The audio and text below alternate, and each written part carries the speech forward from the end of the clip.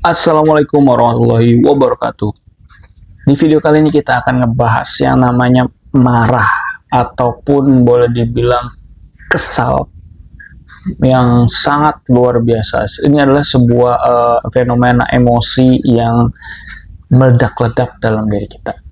Oke, simak videonya sampai habis, jangan di skip. Oke teman-teman, yang namanya kita marah ataupun kesel, jengkel, gitu ya. Nah, itu bisa terjadi karena sebenarnya diri kita ini kurang informasi ataupun kurang pengetahuan sehingga kita menjudge ataupun kita emosi. Emosi di sini tuh emosi kesal negatif ya, seperti itu ya. Nah, yaitu marah yang sangat berlebihan.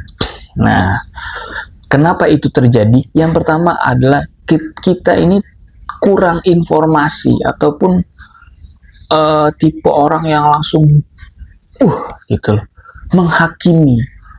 Karena hal tersebut bisa terjadi karena dia ditanamkan dari mulai kecil. Biasanya orang tuanya tuh suka marah-marah sehingga itu akan berakibat ataupun itu apa namanya tuh menyebabkan dirinya dia tersulut emosi. Yang kedua, minimnya pengetahuan. Orang marah tuh nggak punya pengetahuan sebenarnya. Kenapa sih dia marah? Oh, ternyata dia tuh orangnya nggak bisa di seperti ini. Dan, nah, kalau misalnya orang itu tahu hal tersebut sampai sedalam-dalam itu, oh dia ternyata nih orang, oh ternyata dia ini tidak melakukan itu, dia cuman begini. Kalaupun orang itu tahu kronologisnya, pastinya orang itu tidak akan marah. Pastinya dia akan berpikir, oh iya ya, ternyata gitu prosesnya. Nah, itulah yang bisa memacu marah. Dan yang ketiga adalah orang marah ini biasanya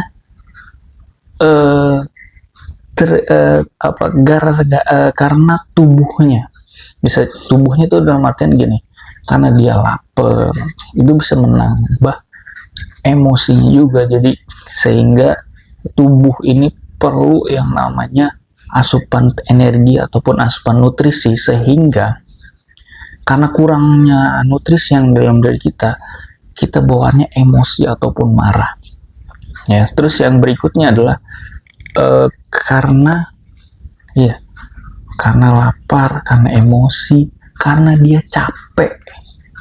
Nah, itu yang harus kita hindari juga sih teman-teman ya. Yang namanya capek, udah capek, tiba-tiba udah capek, lapar lagi kan. Ada hal sedikit yang memicu itu biasanya cepat marah. Dan gimana sih caranya biar kita tidak marah-marah gitu lah. Jadi kalau kata saya sendiri sih gini ya. Kalau emang marah-marah itu bisa menghasilkan uang, saya pasti akan marah-marah gitu. Tapi karena emang marah-marah ini nggak ada nggak ada hasil, nggak ada apa, malah menjadikan hal buruk tambah buruk lagi dalam diri kita, ya udah sih mending gak usah marah. Nah, tips yang pertama yang kita ketahui adalah kita memiliki pengetahuan. Pengetahuan apa? Pengetahuan gimana apa sih sebenarnya penyebab itu. Karena kan kita marah itu pasti nggak mungkin nggak ada sebab, nggak ada angin, nggak ada apa kita marah. Pastinya ada sebabnya dong. Nah gitu ya. Nah, sebabnya bisa jadi kita harus tahu dulu, ini kenapa sih terjadi trouble, masalah kayak gini. Ini kenapa sih terjadi yang tidak diinginkan. Yang kedua, kita harus tahu kondisi diri kita sendiri. Sebelum kita melakukan ataupun sebelum kita meeting, sebaiknya tuh kita harus mengkondisikan diri kita itu tenang. Kita sudah makan, kita sudah tarik nafas gitu ya. Itu yang harus kita lakukan. Dan yang ketiga adalah kita tadi tarik nafas sebelum kita memulai. Biar orang tidak menganggap kita yang aneh-aneh, kita macam-macam, kita tarik nafas gitu. Buang lebih dalam. Tarik nafas, buang. Tarik nafas, buang. Itu akan membuat pikiran kita jadi rileks dan pikiran kita jadi tenang. Dan yang berikutnya adalah ingat, setiap orang memiliki karakter karakteristik masing-masing. Nggak bisa dipukul rata dengan ego kita, dengan keinginan kita. Contoh misalnya kita menyuruh orang, tapi apa yang kita suruh itu kadang orang itu suka lelet, suka lambat, suka males gitu ya. Sehingga tidak sesuai dengan keinginan kita, kita marah. Lu gimana sih? Lama banget. Gini. Kita sadari dulu.